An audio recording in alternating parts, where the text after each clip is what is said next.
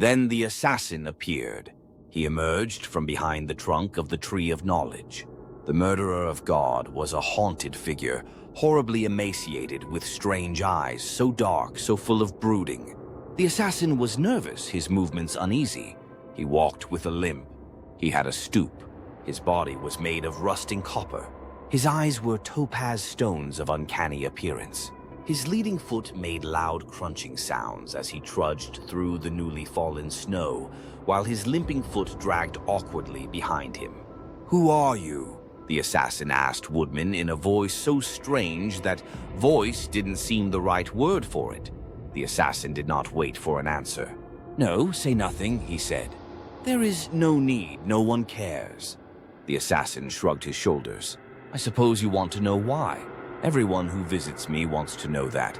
You want beginnings and endings, but there are no such things. It's all a question of consciousness.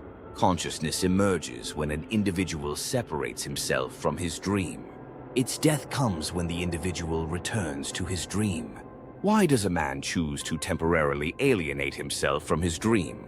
I do not know, yet it was a choice I myself made. Now I have only one wish: to return to my dream, to be one with my dream, to be nothing but a dream. When my dream left me, I found myself in a golden body, standing next to a golden tree. Opposite me was another golden tree and another golden figure exactly like myself. I knew, I don't know how, that this figure was God and that he was protecting the tree of life. Equally, I knew that I was the adversary and the tree of knowledge was my tree. I was part of a crazy game and I had no choice but to play. A singing apple made from the purest human voices was the sole fruit of my tree. An identical fruit was born by the other tree. The rules of the game were simple. Each of us had the objective of stealing the singing apple from the other's tree. Possession of this token gave us sanction to slay the other with a ceremonial dagger fashioned from LSD. It was sacrilege to kill without the token, or to use an alternative weapon. The game lasted for eternity, or that's how it seemed. We circled each other endlessly. We did not know what else to do. We each acquired a following of humans and angels. But prior to God's death, none could approach us. Our power was too intense. We could talk with our followers, nothing else. But we were mostly silent, lost in thought. It was millions of years before we had an inkling that we were somehow the fulcrum of existence. The life of the universe revolved around God and his tree, while knowledge of the universe revolved around my tree and me. We did not realize the irony of the game, that we were essential to each other. Not even my tree of knowledge could tell me that our game was as absurd as the universe we found ourselves in. Both ourselves and the universe went on without knowing why. Not even my tree could illuminate this matter, but it knew of death. It knew everything there was to know about this subject. It communicated to me how I might win the game and end the absurdity. And so it happened. God and I circled each other as usual. Neither of us had ever slept. To sleep was to die. But my tree taught me the secret of narcotics, substances that would induce my enemy to sleep. I manufactured them in huge amounts, and I made them fall like snow from the sky over God and his tree. When God inhaled my treacherous powders, he began behaving oddly. He laughed. I had never heard laughter before. The noise hurt my ears, but I knew it would stop eventually. So I waited. I knew all about patience. Sure enough, the laughter came to an end. There was no more singing. God was afflicted by melancholy. He sank to the ground and lay still. I heard him sobbing. That sobbing was terrible. Immeasurable suffering spoke through those tears, suffering of a kind to which none can testify that has not died within himself 1,000 times because of his disgust with everything he is. I gave up counting the years that walked past God's lament with tears in their aging eyes. I felt sorry for my enemy, so sorry. But that did not alter the fact that he had to die. Then came what I had waited for so terribly long, the sleep of God. I had never seen sleep before. It looked just like death. That made things much easier. I put on a mask to prevent my inhaling the narcotics and single-mindedly marched over to the Tree of Life. I was intent on only one thing, the singing apple. I did not pause. I plucked it from its golden bough, knowing all too well that it contained the symbolic life of God. As I touched it, it began to sing. I tell you, this is a song such as there has never been. It made me cry. It sang of the closing days of the curtains of life being shut forever. How are we supposed to cope when we hear such things? I knew my duty. I placed the singing apple on the gold ground. It sang to me to spare it. But there was no mercy in my cold metal heart. I stood on that apple of pure human voices and crushed it into an ugly sludge. Where there had been harmony, I brought discord. Where there had been a chorus, I brought separate voices. Where one song had been sung, I caused many songs to be sung. All of the songs were different. They did not blend. They squabbled and fought. The former harmony broke down irrevocably. The nature of the disharmony was not immediately clear to me. It changed things. It changed them imperceptibly. But many imperceptible changes eventually amount to radical change. It was this disharmony that caused me to change from the robust golden god I once was to the emaciated man of copper you see now. God's sleeping body did not change. It remained pure, as golden as always. I hated the way God stayed untarnished. I stared at his golden back and I wished him only ill. Yet it took me so long to slay him. I approached many times, but to kill God is an act of such moment that always I hesitated. It was only when he began to wake from his slumbers that I was released from my paralysis. I was the adversary. It was my purpose to know God, to oppose God, to kill God if I could contrive it. And I could.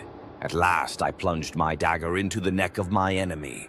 Golden blood gushed out. I watched as a shining pool of his lifeblood formed around God's body. When I saw my reflection in it, I couldn't avoid what I had become.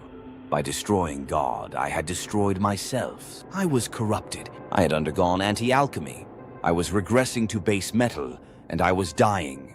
The tree of life began to die too, and the tree of knowledge with it. In the time which followed my assassination of God, I missed him terribly. He had given me a purpose.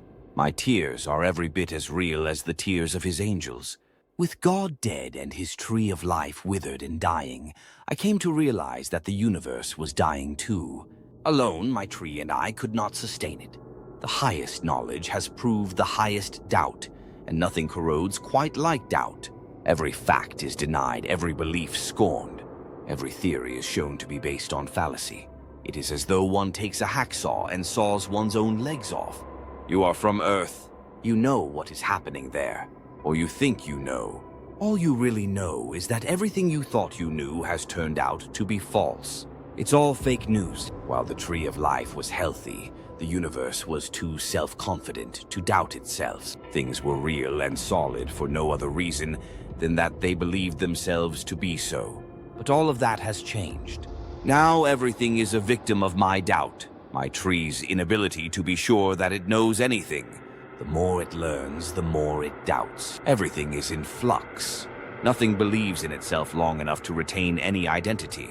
The properties of things do not remain constant. Quantities, qualities, causes, effects, particles, waves, energies, masses, times, events, relationships, beliefs, emotions, facts, motives do not remain constant.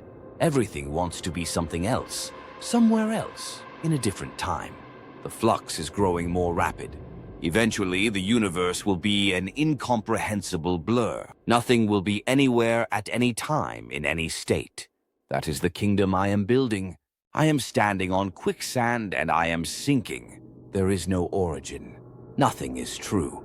I am staring into the void, and the void is staring right back at me. Soon I will be as dead as my counterpart. Why did I assassinate God? I do not know. I am far beyond caring. Cares are for yesterday's parties.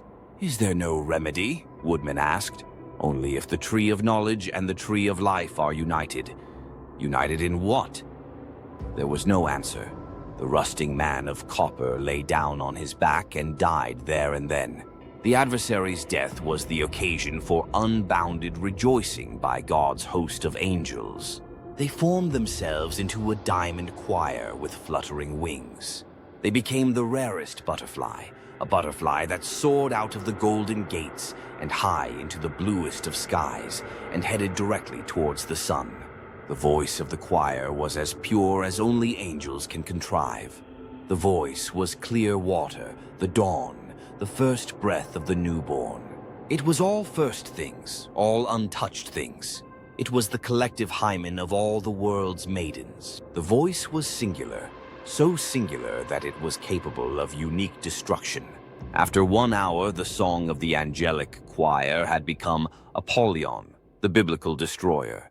The golden cathedral in the sky found itself being shaken by the destructive frequency of the supernatural Vox Angelica. The cathedral shook for hour after hour. The song went on, the shaking went on. All of the time, the universe witnesses tests to destruction, but defeats them all. This was just one more, but it was the one that would not be vanquished, the Ragnarok event. At the stroke of the hour de mort, the golden walls of the sky's Ora's church came tumbling down. Gold rained down on the earth, but this golden shower did not end the destruction. The devastation grew. By the midnight hour, the resonant frequency of the sun had been reached. The sun knew it could not survive. It wept tears of fire. The sun shattered into 1,000,000 pieces. Chunks of fire fell on the earth. The whole planet was set alight. A great conflagration raged over all the continents, all the seas, the air itself. But the Vox Angelica did not stop, would not stop. It soared higher and higher, seeking the stars. At last, a frequency was reached. That was the frequency of the diamond chorus itself. The most beautiful note of all is the note that kills the singer. Its beauty lies in its exquisite finality. The greatest singer dies at the climax of his performance. The best composer slits his throat at the moment he completes his masterpiece. There can be no better ending. The artist and his art become one at the culmination of his last performance. The singer and the composer are no longer performers. They have become a sublime performance that can never be matched. Diamonds fell from the sky like confetti. They showered down on the flames beneath. They sparkled and glinted in the light of the fire. Angelic crystals presented 1,000 smooth faces, full of rainbows to an earth aglow with its own sunlight. The flames and the diamonds looked up at a sky that no longer had a sun. A black disk stood where the bright sun had been, a porthole in the universe. The earth had become a ship in a storm-tossed sea. There came a time when a cosmic wave burst through the porthole. The water fell on the earth and doused its fires. The earth was washed clean. The events that had happened since Woodman fell into the bog were washed away.